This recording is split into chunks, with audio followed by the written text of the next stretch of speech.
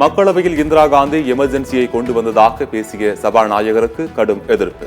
ஓம் பிர்லாவுக்கு கண்டனம் தெரிவித்து எதிர்க்கட்சி எம்பிக்கள் கடும் அமளி முழக்கம். अभूतपूर्व संघर्ष जिनके कारण इमरजेंसी का अंत हुआ और एक बार फिर संवैधानिक शासन की स्थापना हुई, उनकी सराहना करते हैं। 1975 में आज 26 जून के दिन ही देश इमरजेंसी की कूट सच्चाइयों का सामना करते हुए उठा था। நீலகிரி கோவை மாவட்டங்களுக்கு இன்று மிக கனமழை எச்சரிக்கை. தென்காசி, குமரி, தேனி உள்ளிட்ட 6 மாவட்டங்களில் கனமழைக்கு வாய்ப்பு.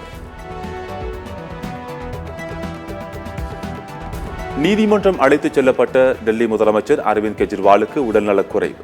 இரத்தத்தில் சர்க்கரை அளவு குறைந்ததால் வெளியே அழைத்து வரப்பட்டு முதலுதவி சிகிச்சை.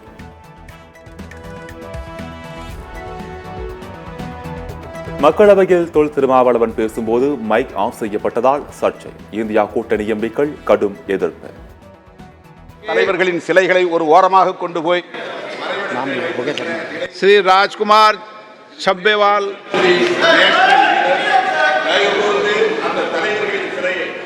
आप कोई किसी सदस्य का वकील मत बना करो प्लीज। आप कोई किसी सदस्य का वकील मत बना करो प्लीज। மக்களவை சபாநாயகராக தேர்வு செய்யப்பட்ட ஓம் பிர்லாவை பிரதமர் மோடியும் எதிர்க்கட்சித் தலைவரும் ராகுல் காந்தியும் இருக்கைக்கு அழைத்துச் சென்றனர். கடந்த 25 ஆண்டுகளில் தொடர்ந்து 2வது முறையாக சபாநாயகராக தேர்வானவர் என்ற பெருமையை பெற்றார் ஓம் பிர்லா.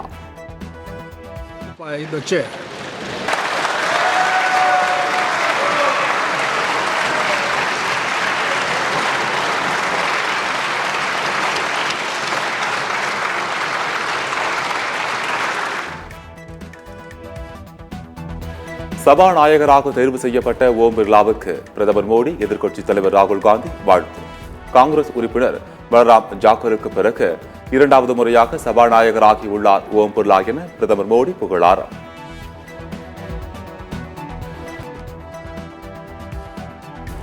இரண்டாயிரத்து 21 மேற்கொண்டிருக்க வேண்டிய மக்கள் தொகை கணக்கெடுப்பை உடனடியாக மேற்கொள்ள வேண்டும்.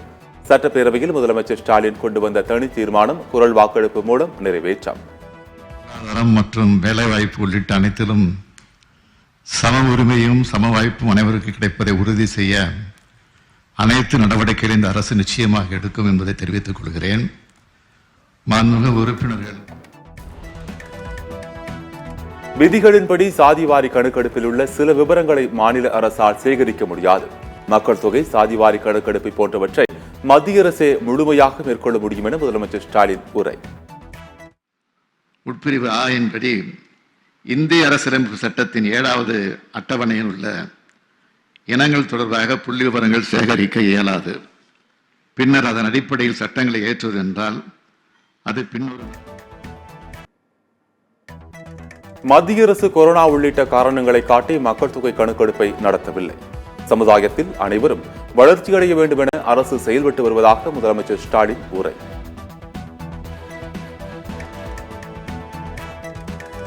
சாதிவாரி கணக்கெடுப்பை மத்திய அரசு நடத்த வலியுறுத்தும் முதலமைச்சரின் தனி தீர்மானத்திற்கு வரவேற்பு. தனி தீர்மானம் மீதான விவாதத்தில் உறுப்பினர்கள் பேச்சு. பட்டி எரிகிறது. அதனால் திமுக மந்திரிகளோ நானோ வாக்கு கேட்கின்ற போது போன தேர்தலில் தளபதி அவர்கள் கொடுத்த வாக்குறுதி, அதற்கு பிறகு கொடுத்த வாக்குறுதி, சட்டமன்றத்தில் 10.5% நான் காத்து தருவேன் என்று நீங்கள் கொடுத்த வாக்குறுதி, இது எல்லாம் இன்றைக்கு தேர்தல் காலத்தில் பேச. 2008 புள்ளி விவர சட்டப்படி சாதிவாரி கணக்கெடுப்பு ஆய்வை மேற்கொள்ள மாநில அரசுக்கு அதிகாரம் உள்ளது. மத்திய அரசு கணக்கெடுப்பு நடத்தினால்தான் உள்ஒதுக்கீடு வழங்க முடியும் என முதலமைச்சர் பொய் கூறுவதாக பாமக தலைவர் அன்புமணி ராமதாஸ் குற்றச்சாட்டு. 2019 கூறியது போல் வன்னியர்களுக்கு 15% இடஒதுக்கீடு வழங்கினாரா முதலமைச்சர் ஸ்டாலின்? பஞ்சாயத்து தலைவருக்கான அதிகாரத்தை பயன்படுத்தி பீகாரில் சாதிவாரி கணக்கெடுப்பு நடத்தப்பட்டுள்ளதை சுட்டிக்காட்டி பேட்டி. சட்டப்பேரவையில் அமளியில் ஈடுபட்டு அதிமுக வீண் விளம்பரம் தேடுகின்றது. அதிமுக குற்றச்சாட்டுக்கு முதலமைச்சர் ஸ்டாலின் பதில். இந்த பேரவை நம்முடைய மாண்புக்கும் மரபுக்கும் ஏற்புடைய செயல் அல்ல. பிரதான எதிர்க்கட்சியாக செயல்பட வேண்டிய அதிமுக மக்களுக்கு ஆற்ற வேண்டிய ஜனநாயக கடமை ஆற்றாமல் வீண் விளம்பரத்தை தேடுவதிலேயே முனைப்பாக உள்ளது. நடப்பு சட்டப்பேரவை கூட்டத்தொடர் முழுவதும் அதிமுக எம்எல்ஏக்கள் சஸ்பெண்ட். தொடர் அமளியில் ஈடுபட்டதால் சபாநாயகர் அப்பாவு நடவடிக்கை.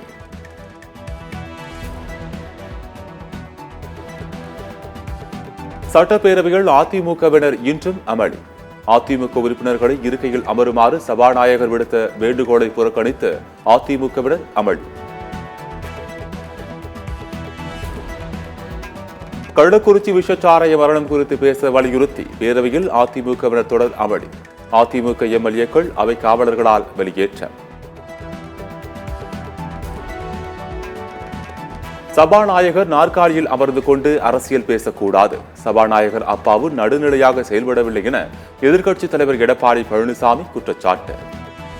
எதிர்க்கட்சி மக்களுடைய பிரச்சனையை விதிக்கு உட்பட்டு சட்டப்பேரவையில் விவாதிக்க வேண்டும் என்று கொண்டு வருகின்ற பொழுது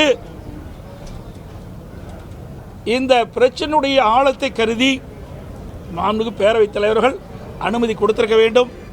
வேண்டுமென்றே திட்டமிட்டு எங்களுக்கு அந்த அனுமதியை மறுப்பது வருத்தது. விக்கிரவாண்டி இடைத்தேர்தலை மனதில் கொண்ட சாதிவாரி கணக்கெடுப்பு தீர்மானம். எதிர்க்கட்சித் தலைவர் எடப்பாடி பழனிசாமி குற்றச்சாட்டு.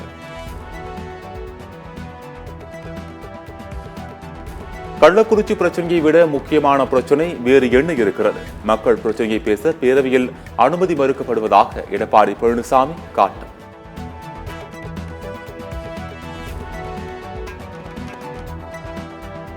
சட்டப்பேரவை வெளியே அதிமுக முன்னாள் அமைச்சர் KP அன்பழகனுக்கு திடீர் மயக்கம். தலைமைச் செயலக வளாகத்தில் இருந்த மருத்துவக் குழுவினர் KP அன்பழகனுக்கு முதலுதவி சிகிச்சை. மக்களவை எதிர்க்கட்சித் தலைவராக தேர்வான ராகுல் காந்திக்கு தமிழக வெற்றிக் கழக தலைவர் விஜய் வாழ்த்து. எதிர்க்கட்சித் தலைவராக நாட்டு மக்களுக்கு சேவையாற்ற வாழ்த்து. கள்ளக்குறிச்சி காவல் நிலையத்தில் தேசிய மகளிர் ஆணைய உறுப்பினர் குஷ்பு தலைமையில் 3 பேர் கொண்ட குழு விசாரணை. விஷச்சாராய உயிரிழப்பு குறித்து கள்ளக்குறிச்சி காவல் நிலையத்தில் குஷ்பு விவரங்களை கேட்டறிந்தார். கள்ளக்குறிச்சி விஷச்சாராய வழக்கை CBI விசாரிக்க கோரிய மனுக்கள் ஜூலை 3ஆம் தேதிக்கு ஒத்திவைப்பு. சென்னை உயர்நீதிமன்றம் உத்தரவு.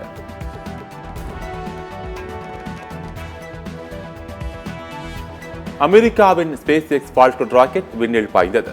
வடக்கு மற்றும் தெற்கு அமெரிக்க பகுதியில் ஏற்படும் காலநிலை மாற்றத்தை துல்லியமாக கணிக்க உதவும் SpaceX ஃபால்கன் ராக்கெட்.